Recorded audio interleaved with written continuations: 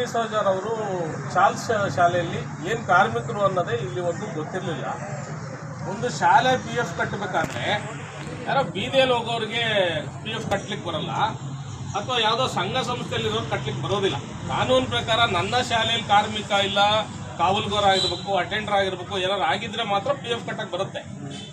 ಹಾಗಾಗಿ ನಾವು ನಿಮಗೆ ಶಾಲೆಗೆ ನಮಗೆ ಗೊತ್ತಿಲ್ಲ ಅನ್ನೋದಾದರೆ ಇರಲಿ ಸ್ವಲ್ಪ ಇಲ್ಲಪ್ಪ, ಶಾಲೆಗೆ ನಮಗೆ ಸಂಬಂಧ ಇಲ್ಲ ಅಂತಲ್ಲ, ಇವತ್ತೇ ನಿಮಗೆ ಸಂಬಂಧ ಇದೆ ಅಲ್ಲ, ಶಾಲೆ ತಮಗೆ ಆಗ್ತಿದೆ ಅಲ್ಲ. ಕೇಳಿ ನಾನು ಹೇಳ್ತಾ ಇರೋದು, ಪಿ ಎಫ್ ಕಟ್ಟಿದ ಮೇಲೆ ಬೇರೆ ವಿಚಾರಗಳು ಬೇಡ. ಶಾಲೆ ಹೆಸರಲ್ಲಿ ಪಿ ಎಫ್ ಕಟ್ಟಿದಾರಾ ಇಲ್ವಾ? ಕಟ್ಟಿದ್ದಾನೆ ಅಷ್ಟೇ. ಪಿ ಎಫ್ ಕಟ್ಟಿದ ಮೇಲೆ ಹೇಳಿ, ನಿಮ್ಮ ಕೆಲಸ ಏನು ಗೊತ್ತಾ, ಯಾವ ಕಾರ್ಮಿಕರಾಗಿ ಆಯ್ಕೆ ಮಾಡ್ಕೊಂಡಿದ್ದೀರಾ ಅನ್ನೋದನ್ನ ಇನ್ನು ತನಿಖೆಯಿಂದ ಗೊತ್ತಾಗಬೇಕೀಗ. ಪಿ ಎಫ್ ಆಫೀಸಿಗೆ ಕೊಡಬೇಕಾದ್ರೆ ಇಂಥ ಕಾರ್ಮಿಕರಿಗೆ ಪಿ ಎಫ್ ಅಂತೇಳಿ ಪಿ ಎಫ್ ಆಫೀಸ್ ಕೊಟ್ಟಿದ್ದಾರೆ ಶಾಲೆಯಿಂದ. ಇವರು ಇಲ್ಲ ಕಸ ಹೊಡೆಯೋಳ, ಇಲ್ಲ ಅಡುಗೆ ಮಾಡೋಳ, ಇಲ್ಲ ಮ್ಯಾನೇಜರ, ಇಲ್ಲ ಮುಖ್ಯ ಶಿಕ್ಷಕನ, ಏನಾದರೂ ಕೊಡಲೇಬೇಕಲ್ವಾ? ಅಲ್ಲಿಗೆ 10 ಜನರ ಹೆಸರಲ್ಲಿ ಇವ್ರ ಹೆಸರು ಪಿ ಎಫ್ ಆಫೀಸ್ಗೆ ಶಾಲೆಯಿಂದ ಏನು ಕೊಟ್ಟಿದ್ದಾರೆ ಅನ್ನೋದು ಮುಖ್ಯ ಬೇಕು. ಇದು ಒಂದು. ಎರಡನೇದು, ಒಂದು ಶಾಲೆ ನಿಯಮಗಳನ್ನ ಪಾಲನೆ ಮಾಡದೇ ಇದ್ರೆ ಅವ್ರ ವಿರುದ್ಧ ನೀವು ಶಿಸ್ತು ಕ್ರಮ ಕೈಗೊಳ್ಳಲಿಕ್ಕೆ ನಿಮ್ಗೆ ಅಧಿಕಾರ ಇದೆ. ನೀವು ಸಂಘ ಸಂಸ್ಥೆ ವಿಷಯ ಮಾತಾಡೋದು ಬೇಡ, ನನಗೂ ಗೊತ್ತಿದೆ. ಖಾಸಗಿ ಸಂಘದ ಬಗ್ಗೆ ನನಗೆ ಗೊತ್ತಿದೆ, ರಿಜಿಸ್ಟರ್ ಆಫೀಸ್ ಹತ್ರಕ್ಕೆ ಹೋಗ್ತೀವಿ, ನೀವು ಅದನ್ನು ಮಾತಾಡೋದು ಬೇಡ. ನಾವು ಮಾತಾಡ್ಬೇಕಾರೋದಿಷ್ಟೇ.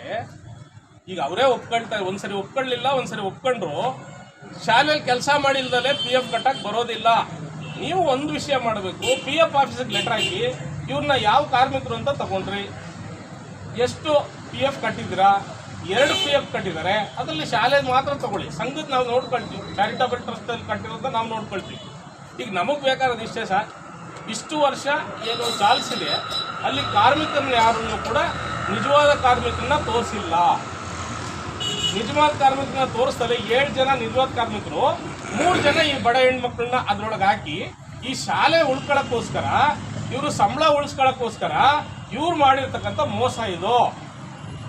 ಮೊದಲನೇದು ಸರ್ಕಾರಕ್ಕೆ ಮೋಸ ಮಾಡಿದ್ದಾರೆ, ಶಾಲೆ ನಿಯಮ ಶಿಕ್ಷಣ ಸಂಸ್ಥೆಯ ನಿಯಮಗಳನ್ನ ಉಲ್ಲಂಘನೆ ಮಾಡಿದ್ದಾರೆ. ಎರಡನೇದು, ಈ ಬಡ ಹೆಣ್ಮಕ್ಳನ್ನ 15-25 ವರ್ಷ, ಇನ್ನೂ 4-5 ಜನ ಇದ್ದಾರೆ, ಅವರೆಲ್ಲರನ್ನು ಬೀದಿ ಪಾಲ್ ಮಾಡಿದ್ದಾರೆ. ಅದರಲ್ಲಿ ಎಲ್ ಸಿಸ್ಟರು ತನ್ನ ಅಧಿಕಾರದ ಮೇಲೆ ಜನರನ್ನ ಗುಲಾಮಗಿರಿಯಲ್ಲಿ ಮಾತಾಡಿಸ್ಕೊಂಡು ತನ್ನ ಮನೇಲಿ ಕೂಡ ಕೆಲಸ ಮಾಡಿಸ್ಕೊಂಡಿದ್ದಾರೆ, ಅದಕ್ಕೆ ದಾಖಲೆ ಇದೆ. ಬಟ್ ನಿಮಗೆ ಬರೋದೇನಪ್ಪ ಅಂದರೆ ಶಾಲೆ ನಿಯಮಗಳನ್ನ ಪಾಲನೆ ಮಾಡಿಲ್ಲ.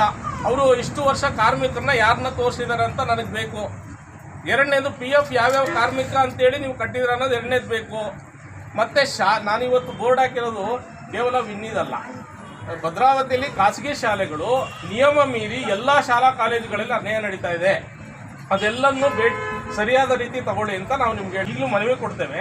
ನಾವು ನೆಕ್ಸ್ಟ್ ಪಿ ಎಫ್ ಆಫೀಸಿಗೆ ಹೋಗ್ತೇವೆ, ಮತ್ತು DC ಅವ್ರಿಗೆ, ತಹಶೀಲ್ದಾರ್ಗೆ ಮನವಿ ಕೊಡ್ತೇವೆ.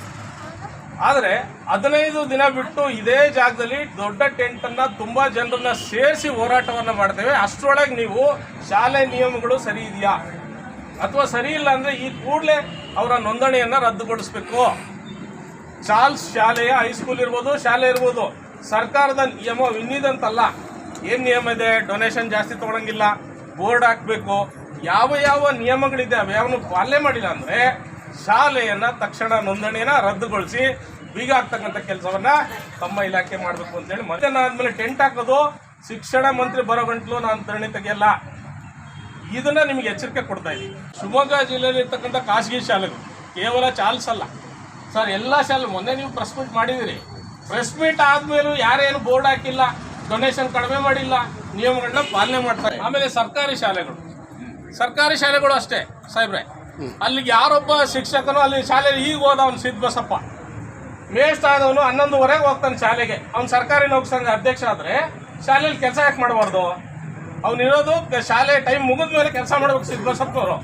ಸರ್ಕಾರಿ ಶಾಲೆನೇ ಈ ಥರ ದೊಡ್ಡಿ ಮಾಡುತ್ತೀರಿ, ಖಾಸಗಿ ಶಾಲೆಗಳು ಅನ್ಯಾಯ ಮಾಡ್ಕೊಂಡು ಕುಂತಿದೆ. ನೀವು ಸರ್ಕಾರಿ ಶಾಲೆಗಳನ್ನ ಬಿಗಿ ಮಾಡದೇ ಇದ್ದರೆ ನಾವು ಯಾವುದೇ ಕಾರಣಕ್ಕೂ ಸುಲಭದಲ್ಲಿ ಬಿಡಲ್ಲ. ಹಾಗಾಗಿ 15 ದಿವಸ ಟೈಮ್ ಕೊಡ್ತೀನಿ ಸರ್. ಹೋರಾಟ ಸಮಿತಿಯ ಸದಸ್ಯರಾಗಿರೋರು ಮತ್ತು ಏನು ಪ್ರತಿಭಟನೆಗೆ ಭಾಗವಹಿಸತಕ್ಕಂಥ ಎಲ್ಲ ಪ್ರತಿಭಟನಾಕಾರರು ಈಗಾಗಲೇ ತಮಗೆ ತಾವು ಮನವಿಯನ್ನು ಸಲ್ಲಿಸಿದ ಪ್ರಕಾರ ವಿನ್ನಿ ಡಿಸೋಜಾ ಎನ್ನುವಂಥ ಮಹಿಳೆ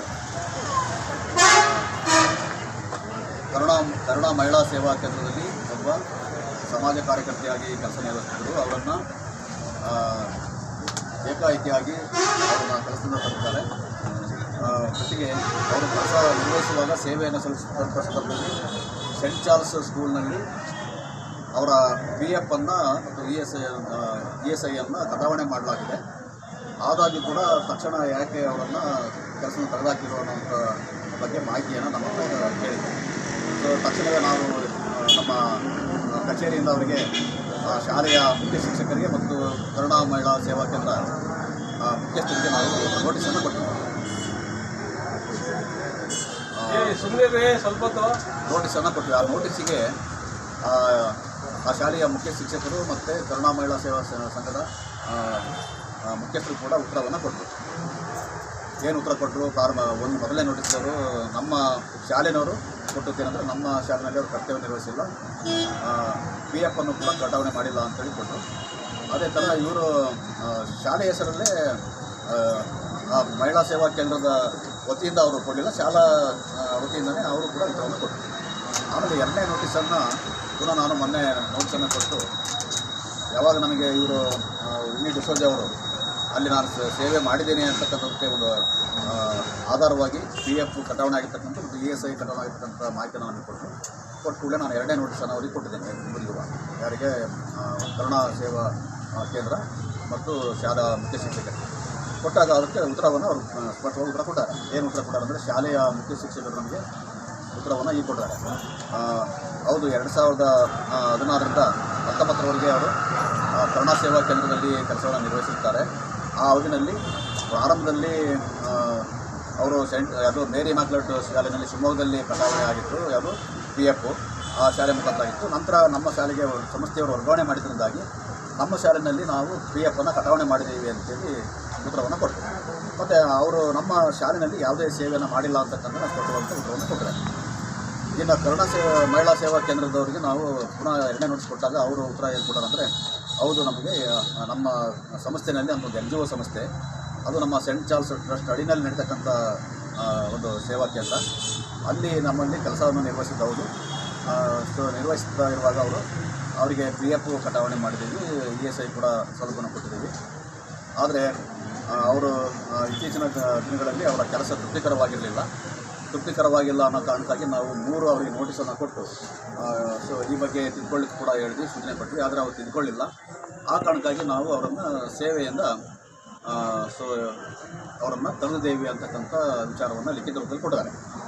ಅದನ್ನು ನಾನು ಈಗ ಅಧ್ಯಕ್ಷರಿಗೆ ಕೊಡ್ತೇನೆ. ಅವ್ರು ಕೊಟ್ಟಂಥ ಲಿಖಿತ ಉತ್ತರ ಏನಿದೆ ಅದನ್ನು ನೋಟಿಸ್ ಉತ್ತರ ಕೊಟ್ಟದನ್ನು ನಾವು ನಿಮಗೆ ಕೊಡ್ತಿದ್ದೀವಿ. ಇಷ್ಟು ವಾಸ್ತವ ಸಂಗತಿ. ಆದರೆ ಕರುಣಾ ಮಹಿಳಾ ಸೇವಾ ಕೇಂದ್ರ ಏನಿದೆ ಅದು ಒಂದು NGO ಆದ್ದರಿಂದ, ಅದು ಸೆಂಟ್ ಚಾರ್ಲ್ಸ್ ಟ್ರಸ್ಟ್ ಅಡಿನಲ್ಲಿ ಕೆಲಸ ಮಾಡ್ತಿರೋದ್ರಿಂದ ಸೊ ನಮಗೆ ಆ ಸೇವಾ ಕೇಂದ್ರಕ್ಕೂ ನಮಗೂ ಯಾವುದೇ ಸಂಬಂಧ ಇಲ್ಲ. ನಮ್ಮ ಇಲಾಖೆಗೆ ಶಾಲೆ ನಮಗೆ ಸಂಬಂಧ ಇದೆ. ಸೆಂಟ್ ಚಾರ್ಲ್ಸ್ ಶಾಲೆ ನಮ್ಮ ಇಲಾಖೆ ವ್ಯಾಪ್ತಿಯಲ್ಲಿ ಬರುತ್ತೆ. ಸೊ ಆ ಕಾರಣಕ್ಕಾಗಿ ನಾವು ಯಾಕೆ PF ಅನ್ನು ಕಟಾವಣೆ ಮಾಡಿರೋಲ್ಲಿ ನಿಮ್ಮ ಶಾಲೆಯಿಂದ ಅನ್ನೋಂಥ ಕಾರಣ ಕೇಳಿದ್ರೆ ಅದಕ್ಕೆ ಉತ್ತರ ಕೊಟ್ಟಿದ್ದಾರೆ, ಲಿಖಿತ ಉತ್ತರ ಕೊಟ್ಟಿದ್ದಾರೆ. ಅಲ್ಲಿ 10 ಜನ ಮಿನಿಮಮ್ ಒಂದು ಯಾವುದೇ ಒಂದು NGOನಲ್ಲಿ 10 ಜನ ಇದ್ದರೆ ಮಾತ್ರ PF ಅನ್ನು ಕಟಾವಣೆ ಮಾಡಲಿಕ್ಕೆ ಅವಕಾಶ ಇದೆ. ಆ ಕಾರಣಕ್ಕಾಗಿ ನಮ್ಮಲ್ಲಿ ಅವರು ನಮಗೆ ಟ್ಯಾಗ್ ಮಾಡಿದ್ರು, ನಮಗೆ ಚೆಕ್ ರೂಪದಲ್ಲಿ ಹಣನೂ ಕೂಡ ಕೊಟ್ಟಿದ್ದಾರೆ. ಮಹಿಳಾ ಸೇವಾ ಕೇಂದ್ರದವರು ನಾವು ಶಾಲಾ ವತಿಯಿಂದ PF ಅನ್ನು ಕಟಾವಣೆ ಮಾಡಿದ್ದೀವಿ ಅಂತೇಳಿ ಅವರು ಲಿಖಿತ ಉತ್ತರವನ್ನು ಕೊಟ್ಟಿದ್ದಾರೆ.